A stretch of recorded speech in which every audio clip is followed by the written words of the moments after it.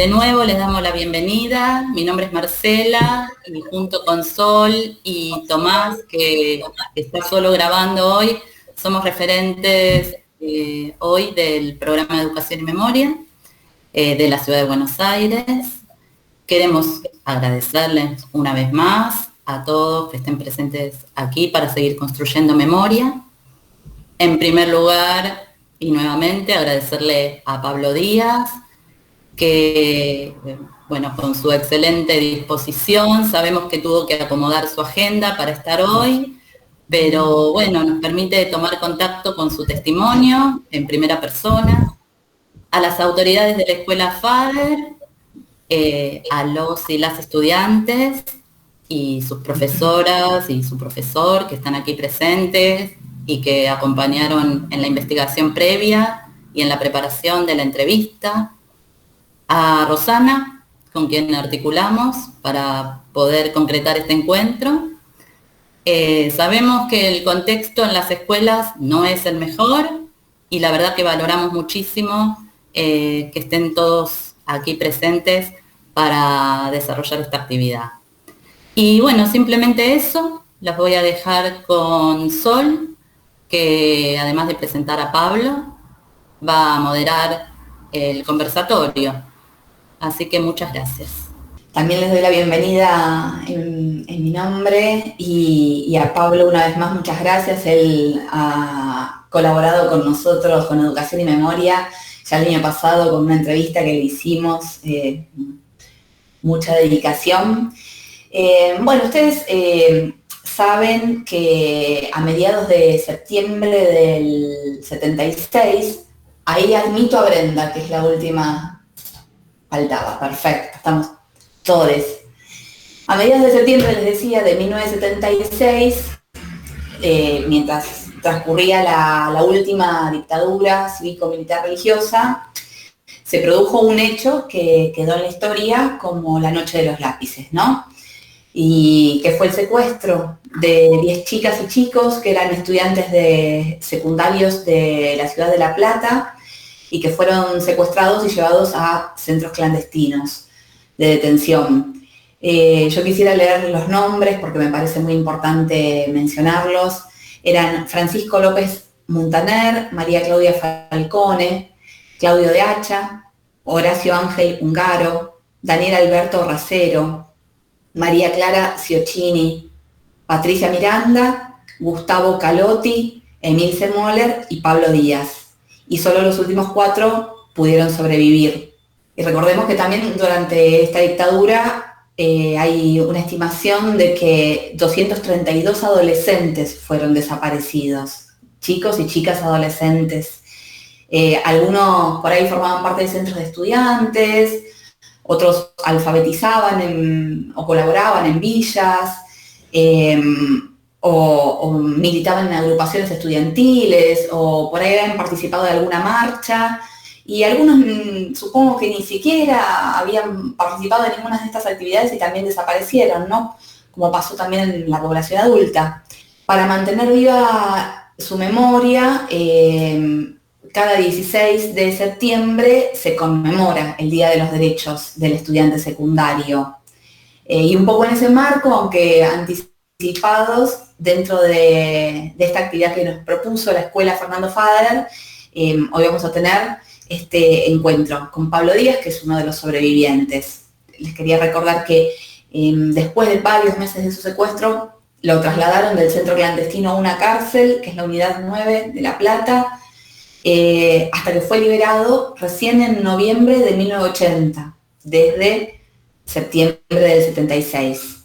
Y bueno, y hoy nos visita en forma virtual en medio de esta pandemia, porque nos parece importante y estamos realmente agradecidas y agradecidos de poder tener su palabra para charlar libremente con él, preguntar todo lo que quieren saber. Tenemos más o menos una hora para charlar, por eso vamos a tratar de que entren todas las preguntas. Si te parece, Tomás, yo te propongo que empieces con esa pregunta que vos habías pensado, que me parece que le da marco a todo el resto de la charla. ¿Cuál era la lucha de los estudiantes en el 76? ¿Qué era lo que veían en la realidad como injusto y querían cambiar? En principio, las historias nuestras fueron de 2 o 3 años. Uno se va a la instancia para atrás de decir, bueno, ¿cuánto tuvimos o tuvieron los chicos de vida? Si Claudia Falcone tenía 16 años, indudablemente pudimos haber tenido 3 años de vida, no más, 3 años de historia, no más con respecto a lo que nos pasó. Porque uno tiene memoria colectiva a partir de los 13 años. Para atrás generalmente uno tiene fotos. En la memoria en sí mismo traslada de la cotidianidad a partir de los 13, más que fotos a partir de la infancia. ¿Qué nos pasó teniendo 16 años, 15 años como Francisco López Montanero, 17 años como nosotros? Con respecto a nuestra secundaria, porque todos empezamos a generar una propia actividad, podríamos decir, de actividad social o de amor, por así decirlo, y de sueños con respecto a poder transformar cosas que nos tocó vivir a partir de esos años, del primer año de la secundaria. Cuando entramos a la secundaria, muchos de nosotros, nos tocó un cierto momento histórico también de la Argentina, en el cual generalmente se venía de otra dictadura, que no era la del 76, sino la que se producía a partir de que quedaba del 72, 73, y la ciudad de La Plata también tiene que ver en ese contexto de actividad, de inquietud o de creatividad o de crítica con respecto a los jóvenes, porque es una ciudad universitaria. La Universidad de La Plata era una tendencia en la provincia de Buenos Aires, no había muchas universidades como ahora, y la zona fabril de Berisso y Ensenada eran zonas muy fuertes de petroquímica, destilería, fábricas. Entonces, en ese contexto de ciudad, porque todos teníamos hermanos mayores ya en la universidad, y cuando ingresamos dijimos, epa, tendríamos que tener centro de estudiantes. Los centros de estudiantes los veíamos en nuestros hermanos con respecto a la universidad. Y empezamos a manejar el contexto de centros de estudiantes en la secundaria en función de encontrarnos y en función de buscar una síntesis de cada uno de nosotros, en todos los aspectos, en el aspecto de que queríamos jugar al fútbol, en el aspecto de que queríamos tener eventos, en el aspecto de qué podíamos hacer, en el aspecto de qué era la ciudad de La Plata. Pero ¿qué pasó? Les digo históricamente esto porque cómo llegamos al 76. Cuando planteamos los centros de estudiantes tuvimos una pelea, la primer pelea contra el Ministerio de Educación, porque planteaban que hiciéramos centros de estudiantes, pero que las autoridades del centro de estudiantes fueran las autoridades del colegio. Contradicción total, porque en realidad nosotros somos como somos cuando estamos con amigos, principalmente o prioritariamente. Somos como somos cuando nos encontramos en un ambiente de compañerismo, de amistad, de relaciones, y además de seducción, porque así, ahora me remito a mi adolescencia, fue la adolescencia y es la adolescencia. Ustedes acuérdense, siempre les voy a decir algo que sirve para pelearme con los adultos, hoy por hoy que son mis propios amigos, que es que los adolescentes tienen besos públicos. Son los besos de la plaza, los besos de la calle y los besos de los colegios. Los adultos tienen besos privados, no los vemos besarse a nuestros padres. Algo que se pierde en la adultez, al margen de que se creen maduros los adultos, es precisamente el amor, es precisamente la seducción, es precisamente tal vez esa sensibilidad social que nos nace. ¿Por qué les digo esto? Porque los secretos de los adolescentes están en la calle. Los secretos están con los compañeros y las compañeras. Los secretos están con los amigos y las amigas. Nos pasó siempre, porque tal vez en la sobremesa familiar tenemos un hostigamiento de que no sabemos lo que decimos. Esa instancia autoritaria de decir, ustedes son chicos, y tal vez en la consolidación de nuestra identidad la estemos haciendo en la calle, a nivel sexual, a nivel de la sensibilidad social, a nivel de hasta política, y no tanto en la sobremesa familiar, para que no nos discriminen sobre lo que pensamos. Generalmente la consolidación de la identidad está a partir de los 15 años, de los 14 años, aunque no lo puedan llegar a entender tal vez. Perdón, Pablo, le propongo a Guadalupe que haga una pregunta, porque yo tenía una pregunta sobre los centros de estudiantes, que es un tema que vos hablaste. ¿Querés preguntarle, Guadalupe? La pregunta es, ¿qué significó para vos el centro de estudiantes en ese contexto de lucha? Bueno, mucho. En esa pelea que tuvimos, logramos una victoria, que es que los centros de estudiantes tuvieran las autoridades propias de los adolescentes, de nosotros. Y así se conformaron 19 centros de estudiantes en diferentes escuelas en la ciudad de La Plata.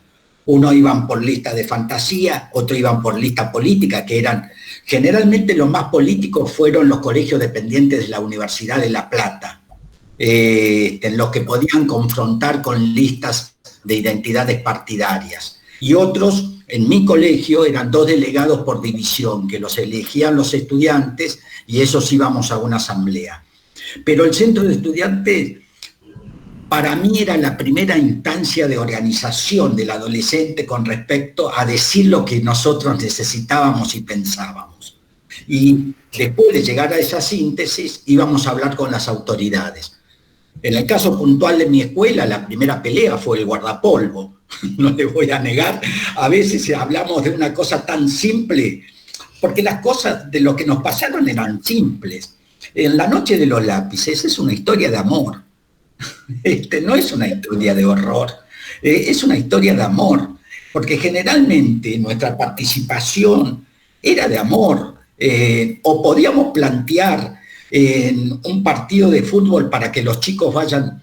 Ustedes saben que los centros de estudiantes trabajan 4 o 5, siempre, no están todos. En 4 o 5 que son los que pueden generar un liderazgo de organización y la búsqueda de en qué participaría cada chico de nuestra propia escuela. Tal vez en un partido de fútbol, los que son deportistas, tal vez en una organización de eventos, los que les gustan los bailes, las peñas, para juntar rifas. Bueno, y así se conformó en el centro de estudiantes la comisión de apoyo escolar en los barrios periféricos, que acá viene tal vez la primera, no el primer peligro, pero tal vez la primera instancia de preocupación de muchos. ¿Qué tenía que ver un adolescente con respecto a ir a un barrio a dar apoyo escolar? ¿El adolescente puede alfabetizar? Sí, claro, porque podemos enseñar lo que aprendemos. Nosotros en matemáticas aprendemos que 2 más 2 es 4 y aprendemos a leer y escribir. ¿Cuántos padres de amigos de ustedes en los barrios tal vez más periféricos pueden ser inmigrantes y no haber tenido la posibilidad de la escuela primaria o secundaria? No solamente eso, ¿cuántos en el hecho tal vez del recorrido de la instancia social más pobre, puede haber chicos que no vayan a la escuela por circunstancias de conflictos sociales? Bueno, nosotros podíamos creernos adolescentes docentes, creernos adolescentes alfabetizantes en función de lo que aprendíamos. Pero ¿qué nos pasó? todos nosotros éramos de clase media. En la ciudad de La Plata, la mayoría, una ciudad urbana de clase media muy profunda. La periferia, que podría ser el conurbano de ustedes o los sectores más radicalizados de barrios populares, como se dice ahora, tienen falta de instancia social, económica o educativa, o tal vez lo que se pueda llegar a... Y cuando nosotros fuimos, ¿qué descubrimos en el centro de estudiantes? Descubrimos otra realidad, descubrimos la pobreza. Muchos de nosotros descubrimos la pobreza yendo a esos barrios populares, a esas villas miserias. Muchos de nosotros la descubrimos. Pero ¿qué nos pasó? Nos enamoramos, tal vez de alguien, de una compañera o de un compañero viviendo en esos barrios populares. Sí, claro que nos enamoramos. ¿Y qué cuando nos enamoramos, qué queremos hacer? Sacarlos y que tengan las mismas oportunidades que nosotros. La educación y el trabajo, o las oportunidades, están donde se nacen. Lo aprendí en mi adolescencia. Las oportunidades están donde se nacen. Bueno, como para terminar, el centro de estudiantes lo fue todo para nosotros. Lo fue todo. Y creo que es una instancia organizativa muy válida que nos sirvió para pelear también por el boleto estudiantil secundario como lucha simbólica dentro del movimiento estudiantil secundario.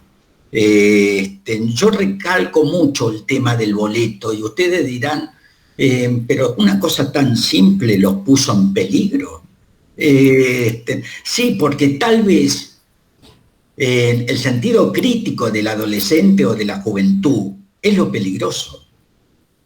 Cuando hay instancias dictatoriales, autoritarias, no se olviden que recientemente tal vez movilizaciones sociales de conflicto en Chile fueron por el boleto del subterráneo, del subte, en un aumento. Hasta en la misma Colombia, el tema tributario del boleto también tuvo su conflicto social de confrontación. Y después les voy a explicar por qué nace el boleto. No nace porque nosotros vimos una instancia revolucionaria, nace porque en una instancia de crisis económica muchos chicos dejaban de estudiar por el solo hecho de la instancia económica.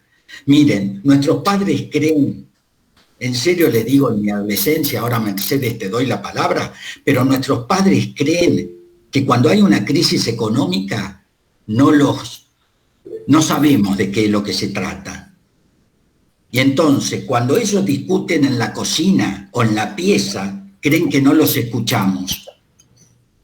Creen que nosotros no somos ajenos a lo que está pasando en la instancia de la desocupación que puede haber en nuestras casas, en la instancia de la crisis económica que puede haber en nuestras casas. Y nosotros cuando salimos afuera a la calle a hablar con nuestros compañeros, no solamente hablamos a veces de la separación de nuestros padres por una instancia de que ya no se aman más, sino también de la crisis económica que pueden tener nuestros padres.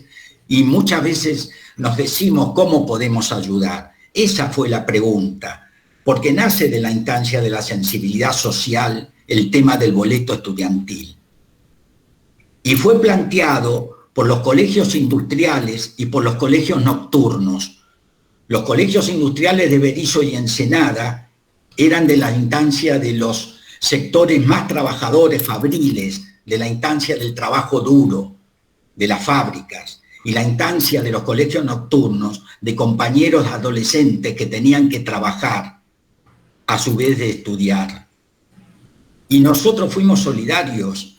Yo no necesitaba tomar el micro, nunca tomé el micro. Ni Claudia Falcone vivía a media cuadra de su colegio de Bellas Artes. No necesitábamos el boleto, pero nos habíamos enamorado de todos. Nos habíamos enamorado de todos y de todas. Eso es interesante. Sí, Mercedes. Ahora que volviste, dale. Mi pregunta es, ¿participaste de alguna manera en la realización de la película La Noche de los Lápices? Sí, toda. Sí, fue una idea.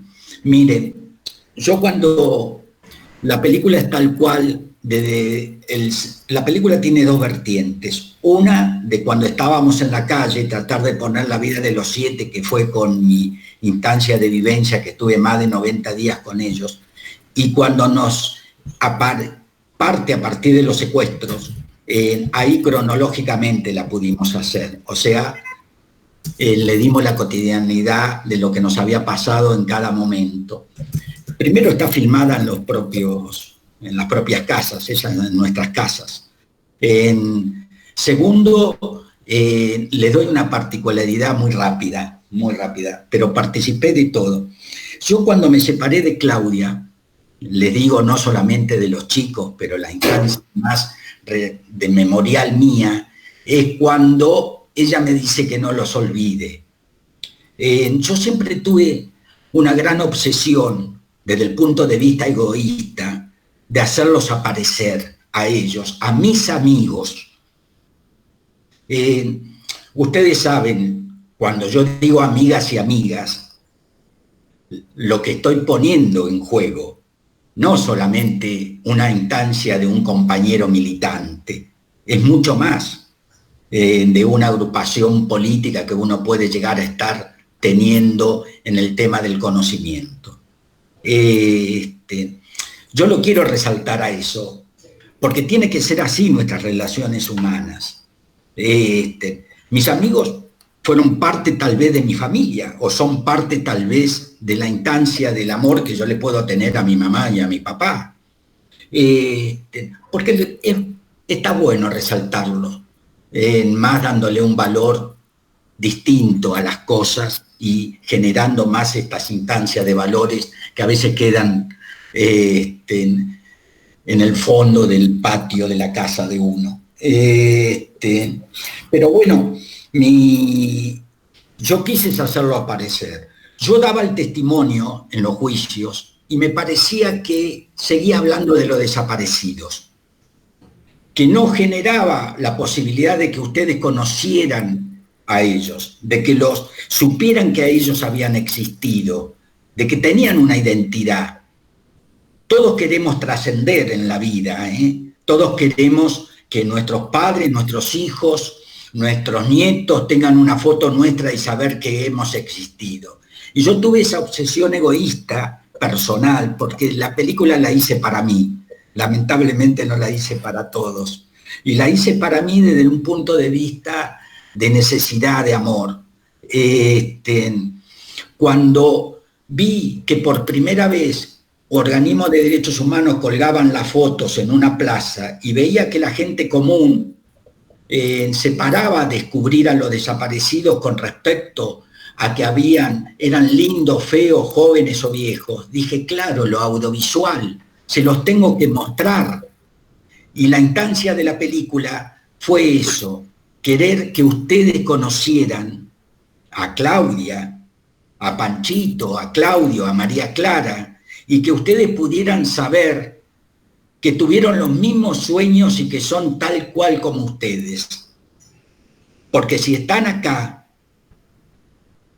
son como ellos, en la misma inquietud, incertidumbre y sueños y deseos.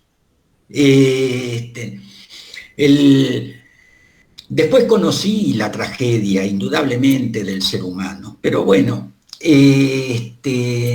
pero sí, la película la hice. Miren, le voy a dar una anécdota de la película. Cuando fui a pedirle a la mamá de Claudia poder filmar en el cuarto de Claudia, está filmada en el cuarto real de Claudia Falcone, la madre me hizo pasar.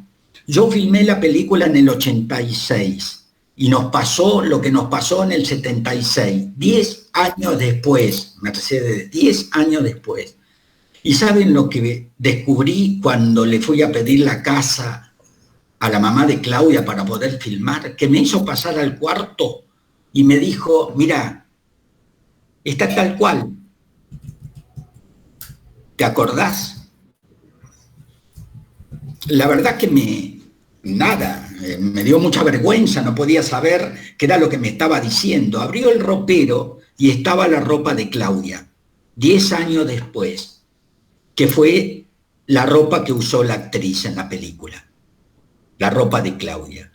Ahora, ¿por qué una madre espera, sin tener la prueba de su dolor, en la resignación de ver que su hija, que su hijo ya no la besa más, ya no le habla más, la prueba de que falleció? ¿Qué es el velatorio? ¿Qué para nosotros el velatorio? El culto que tenemos en general es que necesitamos del velatorio para ver que nuestro ser querido no nos habla más, no nos abraza más. Y en ese duelo nosotros le damos la resignación del adiós. Pero cuando una madre o un padre no tiene esa posibilidad, aunque le digas que los mataron, no le podés decir dónde está. El ser humano tiene una contradicción muy grande, tiene una debilidad, porque el ser humano es muy débil, tiene la contradicción permanente del bien y el mal. Lo que podemos hacer, siempre vamos a tener la decisión del bien y el mal, pero recuerden que nosotros somos amos de nuestro destino, somos amos en la construcción de nuestro destino. ¿Y qué es lo que queremos ser en la vida? No hay mejor trascendencia que nos quieran buenos. Gracias, Pablo. Muchas gracias.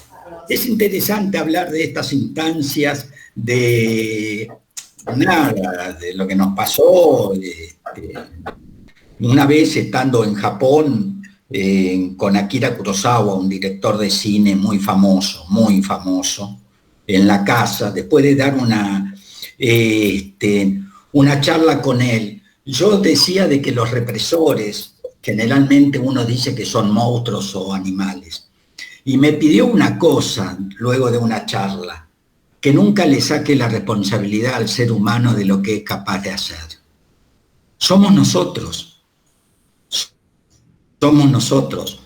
no en que tenemos esa debilidad. Somos nosotros. Ustedes dicen, ¿quién hizo campos de concentración? Somos nosotros, en lo que determinamos lo que hacemos. Entonces me parece que a veces un poema vale la pena. Es interesante. Yo rescato mucho el tema de la vida. Ustedes me dirán, Pablo, ¿por qué es el testimonio? Porque tenemos la responsabilidad permanente de que nuestros propios testimonios son historias de vida. Ustedes van a hacer una historia de vida y van a tener un testimonio propio. Pero el tema de siempre, el testimonio para qué, el hombre es potencialmente bueno y potencialmente malo. Me lo enseñó Jack Fuchs, un sobreviviente de Auschwitz, que entró a los 17 años como yo, y salió sin su árbol genealógico. Y él me decía qué es lo que después de lo que vivimos, qué es lo que podíamos hacer. Yo soy un enamorado con respecto a lo que perdí y un reconocimiento de memoria. Pero me parece que el adolescente hoy por hoy tiene características más naturales, por así decirlo, menos concesiones con la negociación del sistema muchas veces. Y entonces yo creo que el adolescente tiene una capacidad madura, que es el saber, a través del sentido común, qué está bien y qué está mal.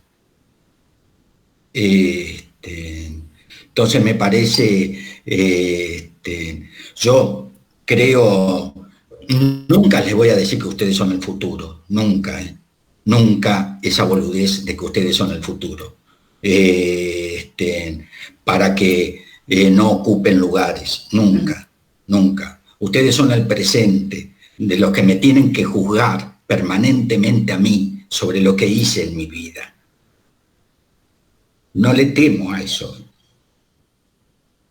Bien, bien. Yo los animo para que Vamos.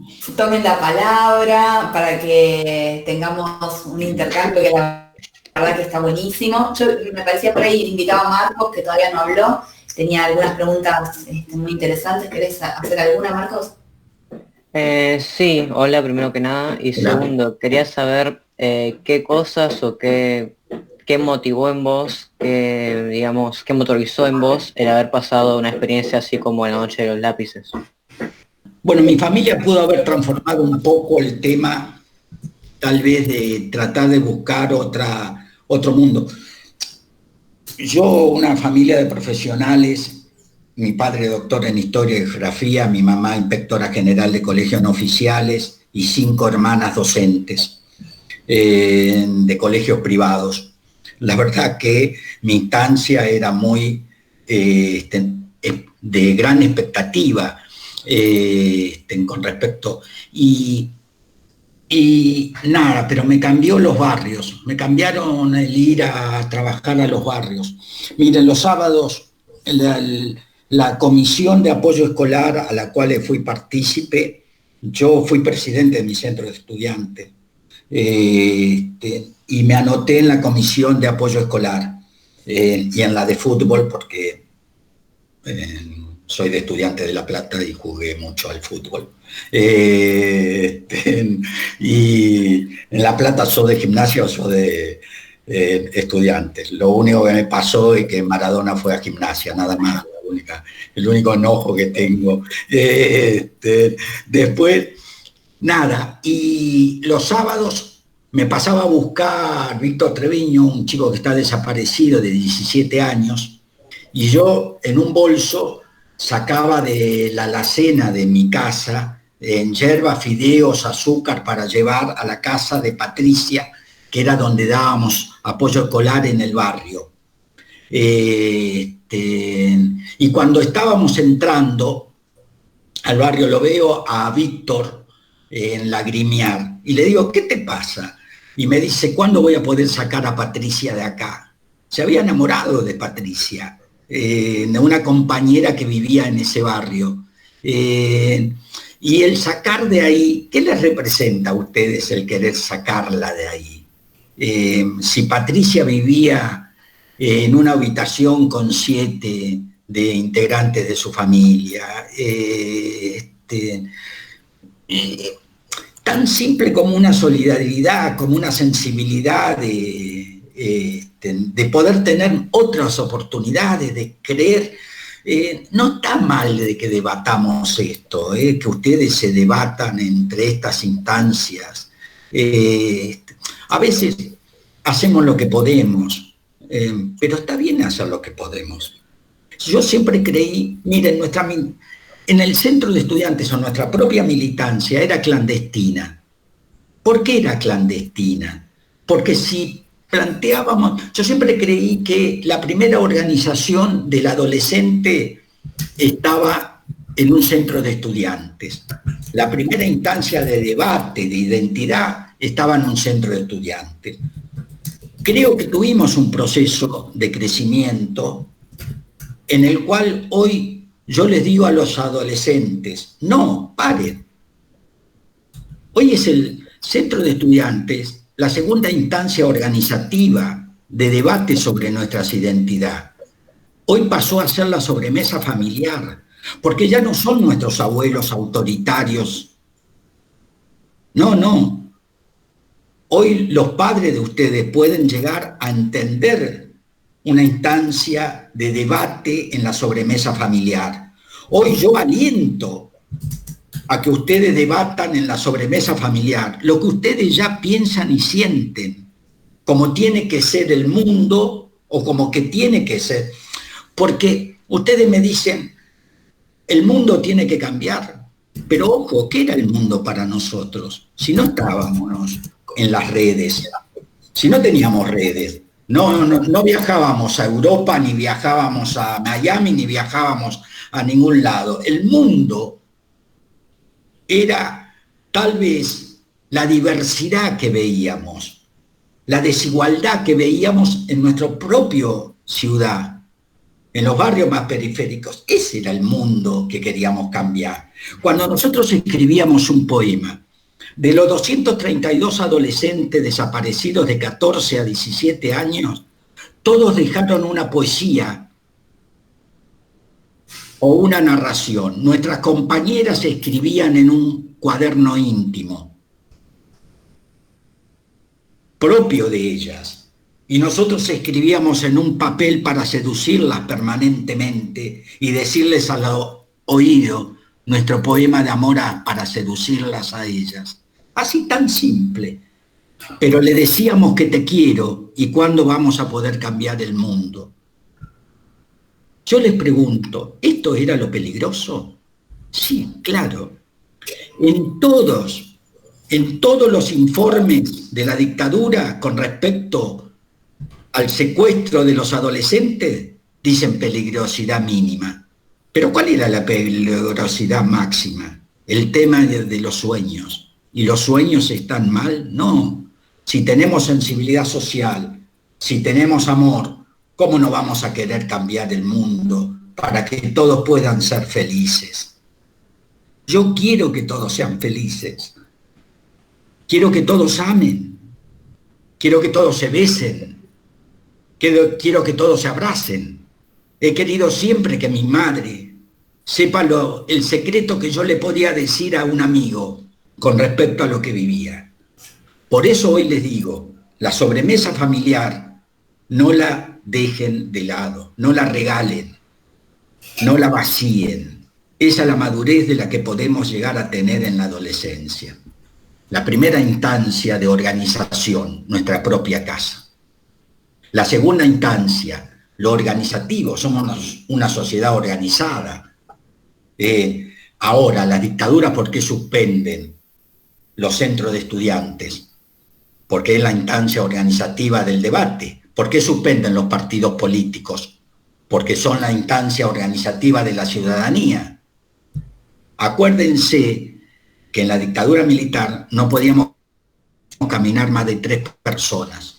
Más de 3 chicos en La Plata no podíamos estar. ¿Y cuántos somos en las plazas? Más de 3. Entonces me parece que es eso. La dictadura quiere romper lo colectivo y que seamos individualistas. La libertad individual no hace a la libertad colectiva, hace a la libertad individual. Es interesante. Por eso les digo, ¿qué fueron esos 3 años de vida?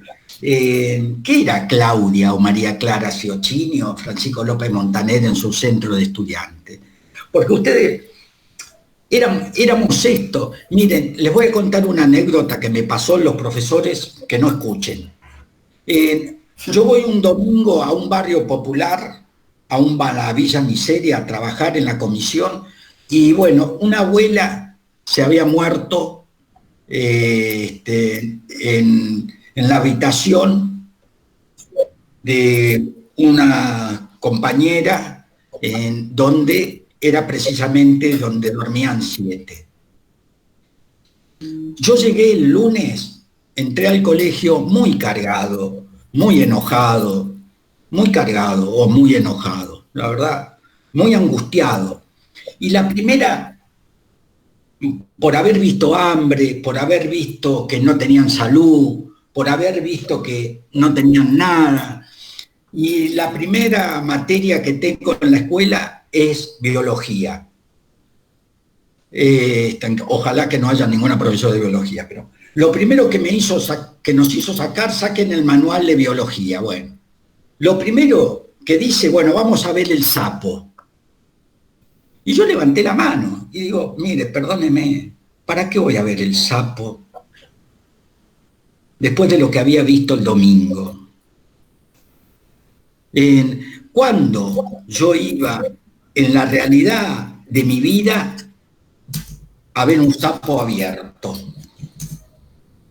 En realidad en mi vida vi lo del domingo, siempre, pero no, hasta el día de hoy, pero no vi nunca el sapo abierto, les juro.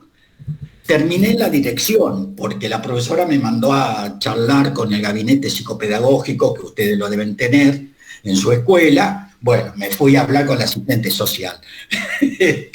Me mandaron y yo le conté lo que me había pasado el domingo. Bueno, pero no se podía. Bueno, esas son las anécdotas. Y ustedes dirán, Pablo, está bien, pero ¿no estuviste en un campo de concentración? Los chicos no están desaparecidos, no los mataron, no los torturaron. Sí, bueno, sí, hasta el día de hoy me pregunto si mi peligrosidad fue esa adolescencia. ¿Se entiende? Se entiende, Pablo, se entiende. ¿Puedo hacer una pregunta propia que me había preparado? Sí, claro. Ok. ¿Cómo viviste vos el resto de la dictadura? Generalmente, bueno, estuve como 4 años y pico preso, y después fue cuando salí en libertad, que me dieron la libertad en noviembre de 1980, pero en realidad salí en enero del 81, tardó 2 años, 2 meses en venir esa posibilidad del decreto que se había publicado, pero del 81, 82 y 83 fue muy rápido. En realidad volví a la escuela, porque tenía que terminarla. Entonces, lo primero que hago en marzo del 81 es ir a la escuela, anotarme en una escuela nocturna de una orden católica salesiana del Sagrado Corazón que tenía el colegio de Don Bosco de noche, que al contarle al padre lo que me había pasado, me aceptó con la condición de que no dijera lo que me había pasado, que no contara lo que me había pasado. Y lo acepté, pero muy rápidamente vino Malvinas y muy rápidamente vino el advenimiento de la democracia. Porque siempre viví muy rápido todo esto. Ustedes saben que 1 año, 2 años no es nada. Si yo les digo, che, ¿cuántos años tienen ustedes? Uno me va a decir 16, 17, y le digo, bueno, contame de 2 años para atrás. Y bueno, nada, ¿qué contamos? Yo a veces me dicen, ¿qué fue de tu vida? No, pará, mi vida fueron 2 años, 3 años, hasta que me pasó lo que me pasó. Y eso me dejó simbólicamente hablando siempre de eso. No tengo más. Si muchos se preguntan qué fue de Claudia en esos 2 años o 3 años, nada, a nivel del secundario, de la escuela secundaria, ustedes mismos se pueden decir, yo estoy seguro que Claudia era Mercedes, Celeste, estoy seguro. Vi el cuaderno íntimo, les voy a contar un secreto. La madre me dio su cuaderno íntimo, y hablaba de me gusta, fulano, que a veces no, yo no era, indudablemente, pero había muchos. El cuaderno íntimo tenía relacionado me gusta, qué deseo, ojalá sea para toda la vida, cosas de los que escribimos. Por eso son cuadernos íntimos. Las compañeras sabrán cuáles son sus deseos, sus sueños, sus amores. A veces, acuérdense que nos enamoramos de quien no nos da bola. Generalmente. Bueno, yo a Claudia la descubrí en el campo de concentración, no afuera, esos 90 días fueron extremos. Ese acompañamiento de no saber cuándo era de día y de noche, pero en realidad de saber que estaba ahí y que en los momentos en que uno estaba cansado decía, Claudia, estás ahí, Pablo, estás ahí. Bueno, son esos. No dejamos en el campo de concentración, seguimos siendo adolescentes, pensando en mamá y en papá, pensando en que salíamos, íbamos a comer milanesa, pensando en que íbamos a tomar cerveza en la plaza, pensando que teníamos que volver a la escuela a terminarla. Así que bueno.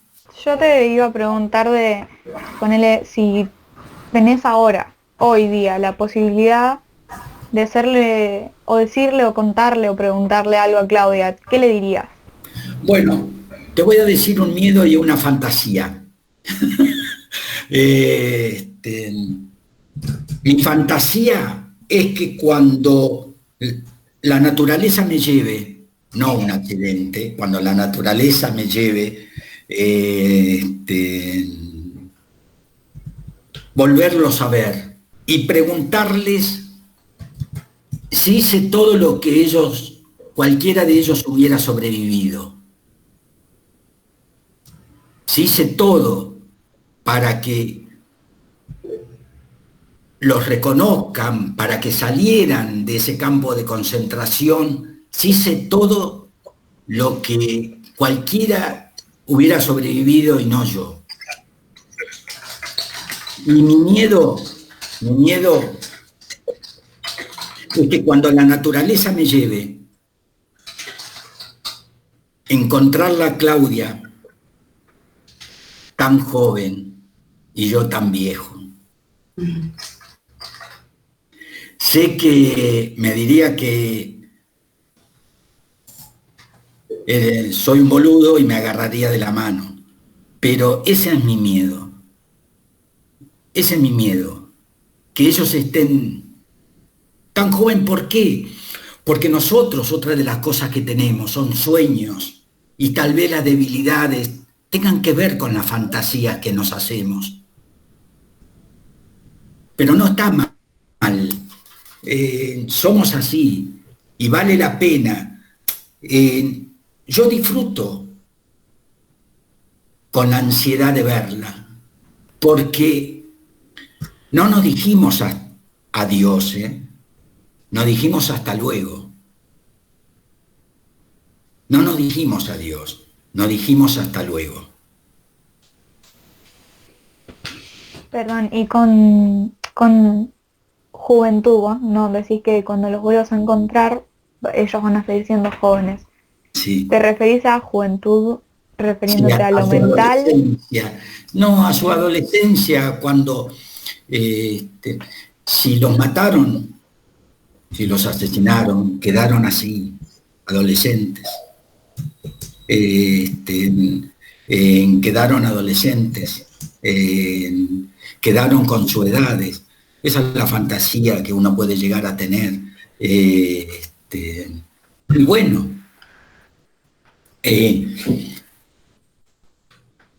pero ese es mi miedo, en llegar tan viejo y que ella esté tan joven, como cuando la asesinaron con sus 16 años. Porque no sé qué es la muerte, Celeste. La verdad que es el gran interrogante. Nadie sabe. De nosotros. Es el gran interrogante en que todos vamos a tener o tenemos. Por eso me parece interesante. Uno, cuando tiene la posibilidad de la prueba del velatorio, ¿qué hace con su papá, con su abuelo o con su abuela? Salda deudas. ¿Qué es saldar deudas? De decirle a tu abuela o a tu abuelo, o a tu papá o a tu hermano o a tu hijo, ¿te acordás cuando me enojé con vos? Bueno, fue por eso.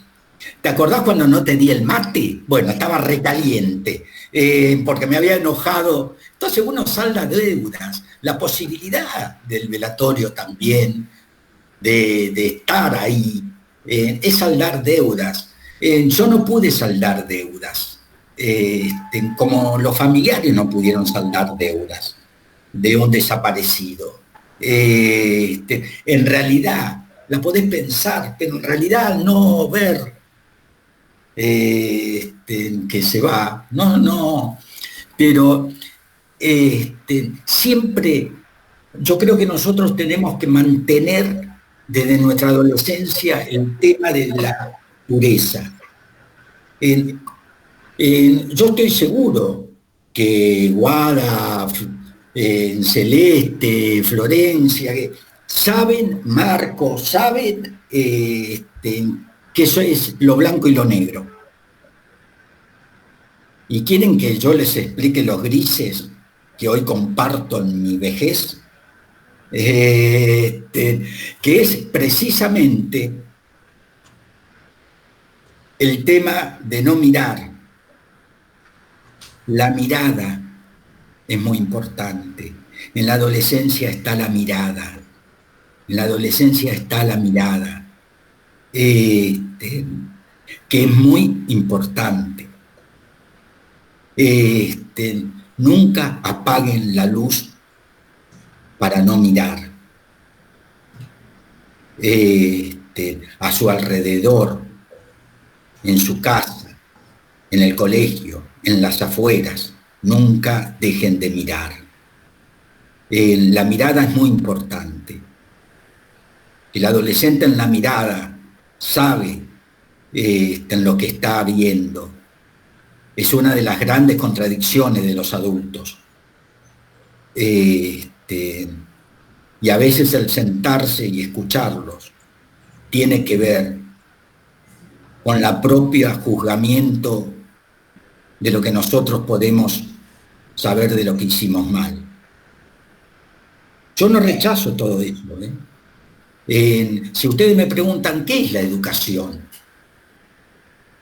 hoy creo que es mucha más amplia que las materias en sí. La educación es el acompañamiento del ser humano con respecto a las posibilidades que tiene de sobrevivir en este sistema.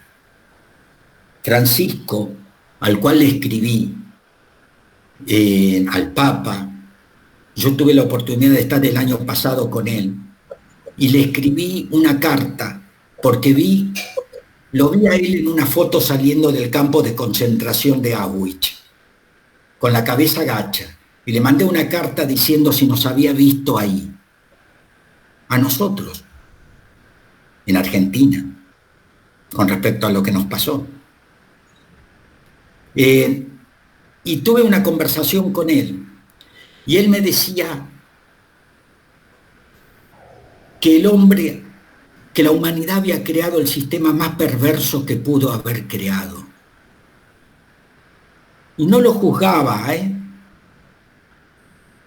pero me dijo que la humanidad había creado el sistema más perverso que había creado.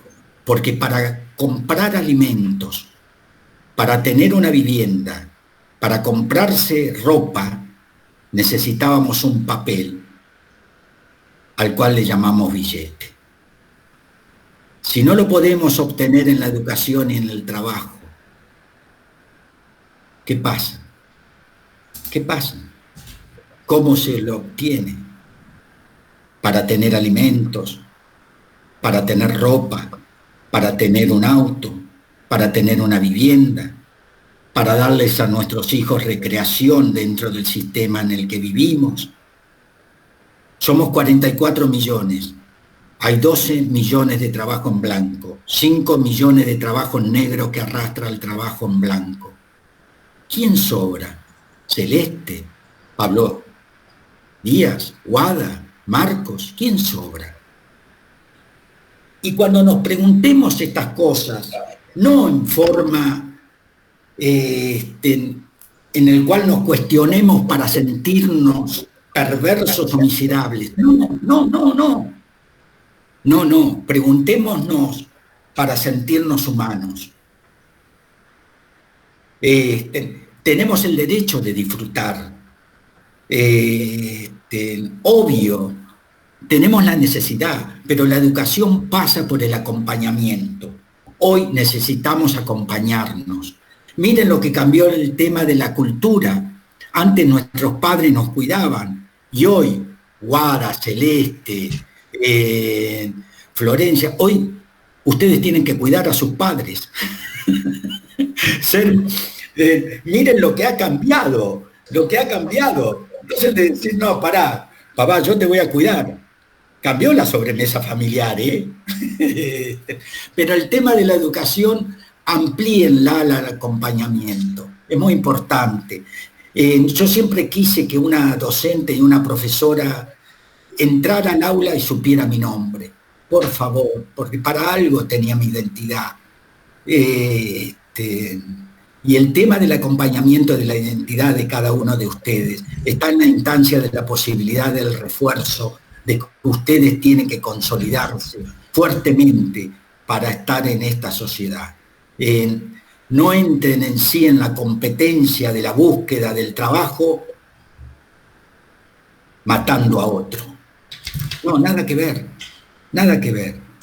Yo creo que estas cosas de contradicciones, yo en las charlas con los adolescentes la hago, pero me abro. Tal vez hoy por hoy me estoy abriendo como ese sapo que la profesora de biología se quería que ya abriera, y entonces estoy así, pero nada, me gusta la adolescencia. Yo pongo mucho en el tema de las posibilidades de la transformación. Les quiero decir, si ustedes me preguntan, Pablo, ¿cómo quedás? ¿Cuál es tu resabio? Le tengo mucho rechazo a la violencia, porque lo viví en el cuerpo. Te quería preguntar cómo fue para vos salir, cómo fue tu vida después de salir cómo fue enfrentarte al mundo otra vez, después de haber estado viviendo esas situaciones. Me imagino que durísimo, porque aparte tuviste que callarte para entrar en ese colegio, pero ¿cómo fue? No sé. Sí, bueno, la vida me siguió dando sorpresas. Tengo un hijo que me nació el 24 de marzo, en el aniversario del golpe. Ahora lo festejo. Nada, tengo esas contradicciones. Digo de que participen, y por el otro lado quiero protegerlos. No sé, no está mal lo que digo. Quiero que participen, y por el otro lado tengo la necesidad de protegerlos, de decirles que se cuiden. Por eso necesito que sean observadores.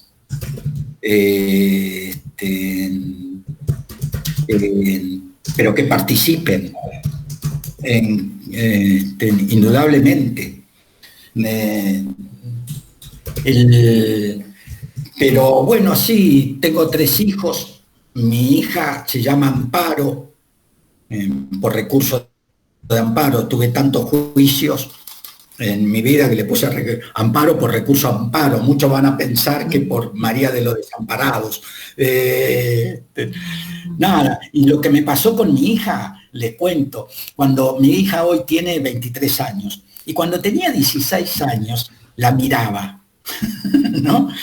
Porque digo, no puede ser que nos haya pasado a los 16 años en que hayan visto, ¿qué vieron de peligroso? Y hay un informe de la jefatura de la policía de la provincia de Buenos Aires, hecho en 1976, que estaba intervenida por el ejército, en el que dice que todos aquellos que presentaran una resistencia en las escuelas eran potenciales subversivos. Que con el crecer podían ser subversivos o resistir en una universidad, escuela, barrio, no sé qué pensaban. Sí, nosotros con el cierre de los centros de estudiantes hacíamos pintadas en el baño, reapertura del centro de estudiantes, fuera la dictadura militar, y tal vez eso, la conformación de esa instancia de potenciales subversivos, ellos lo llamaban subversivos en la posibilidad de la resistencia al proyecto político, económico y social de la dictadura. Bueno, tal vez. También es cierto que en la instancia, muchos docentes lo sabrán, que por ahí en la instancia de un centro de estudiantes secundario o un centro de estudiantes universitario, o cuando pasaron por la universidad podían tener una instancia de agrupación política partidaria, pero no quiere decir que a la hora del trabajo uno podía hacer lo que hacía en la secundaria o en la universidad. No, mucho de...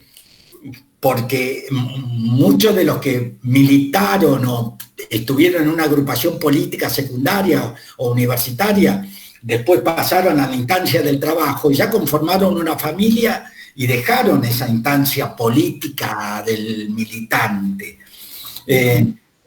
También lo llevo a que tal vez siempre las confrontaciones sociales o económicas o los reclamos pasan a veces por una instancia de la juventud en base a la energía que se tiene uno en esa edad. A ver, yo ya no corro como corría en mi adolescencia, indudablemente. Entonces, me parece eso, pero sigo escribiendo poemas. Escribía en mi adolescencia, escribo desde los 14 años, escribí en la cárcel y escribo ahora afuera. Tal vez saque un libro que se llame Memorias de Amor y ahí están mis poesías. Pero bueno, porque nunca quise dejar mi adolescencia. Nunca quise dejar la adolescencia. No, está bien, me agrada escucharlo. Es un placer y quería preguntarle qué siente o qué sentía cuando comenzó a hacer estas charlas. La primera vez que la hizo, ¿cómo se sintió? ¿Cuándo creyó sentirse preparado emocionalmente, mentalmente? Eso. Sí. Bueno, la película me sorprendió en el hecho de que todo el mundo conociera la historia. Y yo tuve, mucha timidez en decirle, miren, esto me pasó a mí. O cómo decirle, bueno, yo conocí a Claudia y tuve necesidad de hacer eso, digamos. Sí, después... hablo con respecto a lo que me pasó y hablo con respecto a lo que siento. Por eso digo, si ustedes van sobre mis palabras, indudablemente de que creo que La Noche de los Lápices fue una historia de amor. No lo puedo sacar de ese contexto. A ver, te voy a decir una diferencia, Brenda. Cuando yo hice la película, muchos adultos que habían sido testigos directos o indirectos de la dictadura militar estaban con el no te metas porque te puede pasar eso, o me preguntaban de las torturas en sí del campo de concentración. Y te voy a decir lo que pasa ahora. O sea, hubo generacionalmente un cambio.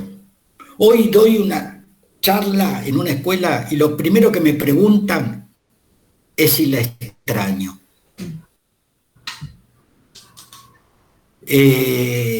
Miren la diferencia. Y no hay lo que me preguntaban los adultos en el 86, 87, ningún grado de peligrosidad con respecto a lo que habían visto.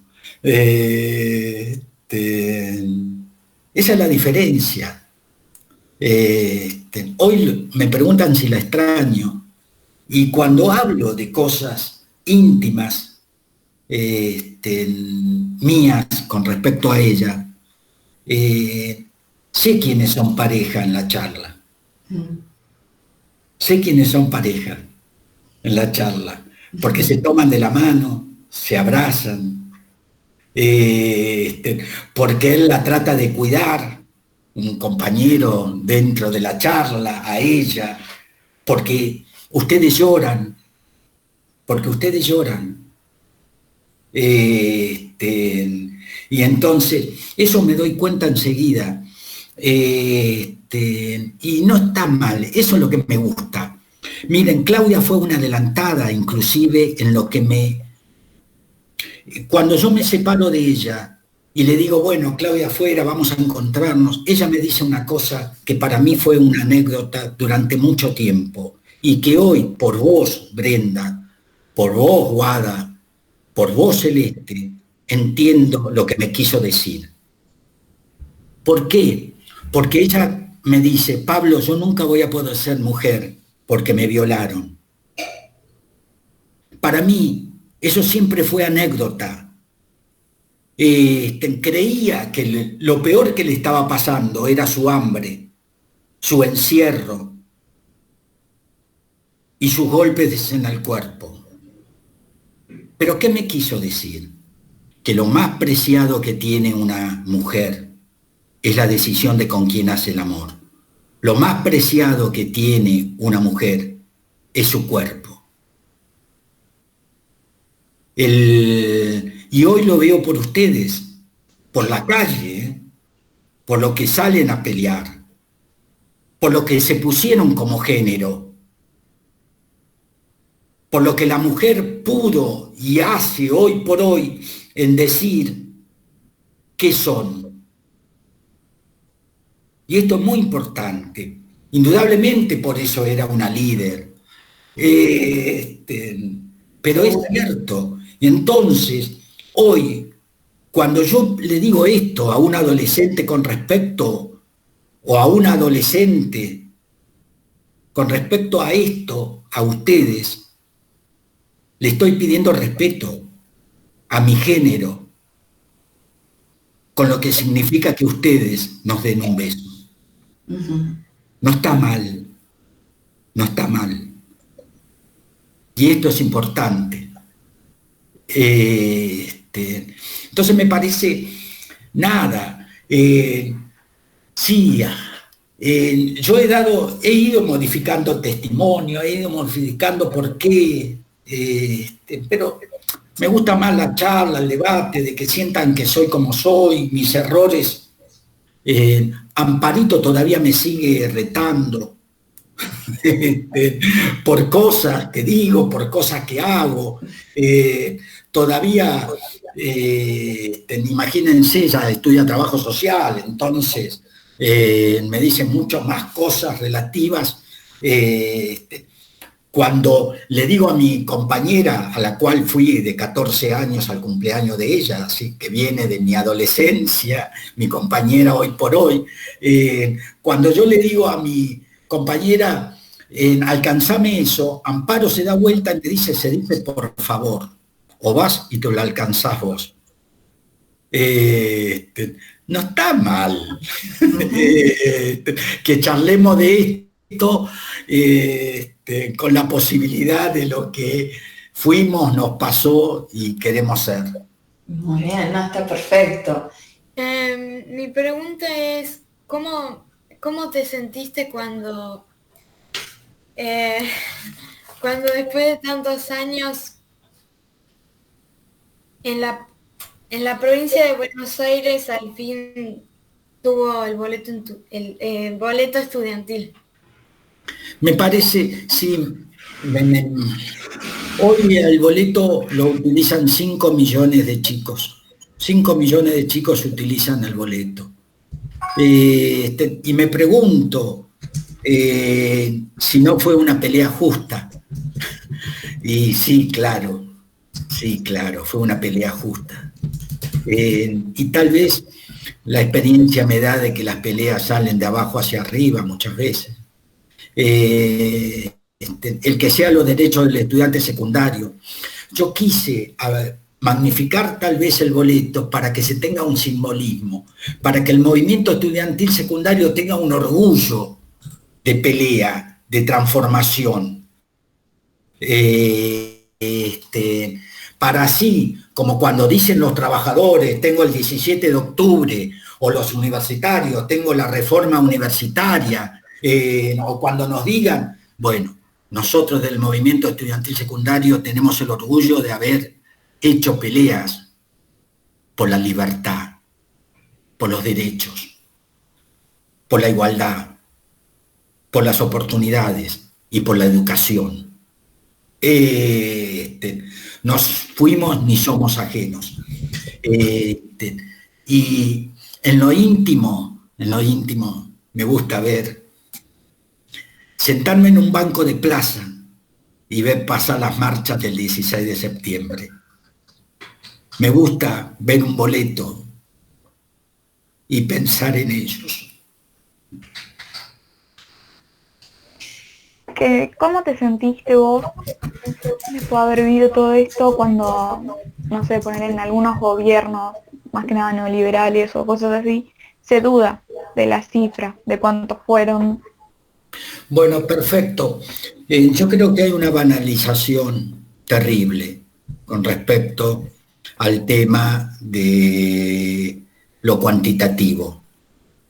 Estamos hablando de que si fueron 30.000 o si son 9.000. Les propongo una cosa, tener este ejercicio. Pongan 9.000 personas en fila. Pongan 9.000 personas en fila.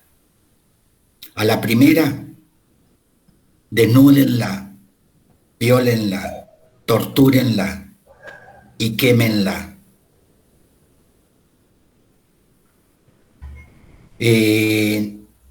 Hagan lo mismo con la segunda. Con el quinto ya van a estar cansados y van a tener que llamar a otro para hacer lo mismo que a la primera. 9.000. Si yo les pido que se angustien por un ser humano, si yo les pido que se angustien por lo que le puede pasar a un ser humano, hagan el ejercicio que les dije. Pongan 9.000 en fila. Y a la primera, pónganle electricidad en los pechos, en la vagina o en el pene. Viólenla y quémenla. Les estoy dando mayor contradicción de lo que es el ser humano, de lo que somos capaces de hacer. Pregúntense si no es mejor sentarse en un banco de plaza, en el borde de la cama, o en un baño a puertas cerradas el día de mañana en la vejez, y preguntarse qué hicieron de sí. No hay placer más enorme en la vida de decir que uno hizo por otro algo mejor de lo que les estoy diciendo, que ayudó, que acompañó, que fue solidario, que amó. La banalización de lo cuantitativo, no puedo, no, me angustia. Por supuesto. Bueno, ¿les parece si nos despedimos? Y seguramente vamos a tener otra oportunidad en algún momento para... Perdón. Capaz son 5 minutos más, pero no sé, a mí me gustaría que Brenda haga su pregunta porque la interrumpí, no la dejé hablar. Ay, bueno. Muy bien. Oh, se me fue la cámara. A ver. ¿Se fue Brenda? Ahí está. Sí, quería preguntar que ahora tal vez no usa mucho el transporte público, pero antes que lo usaba o que llegó a usarlo y vio a niños usando su boleto estudiantil, adolescentes también usándolo, ¿qué siente o qué le produce cuando los ve haciendo uso del boleto estudiantil? Sí, un gran orgullo por lo que costó, por lo que pensamos, un gran orgullo. Sí, imagínense que mi nieto lo usa. Y nada, no le pregunto permanentemente si supo por qué lo tiene, pero sé que lo sabe porque en las escuelas lo charlan, pero siento un gran orgullo. Y a veces me pregunto,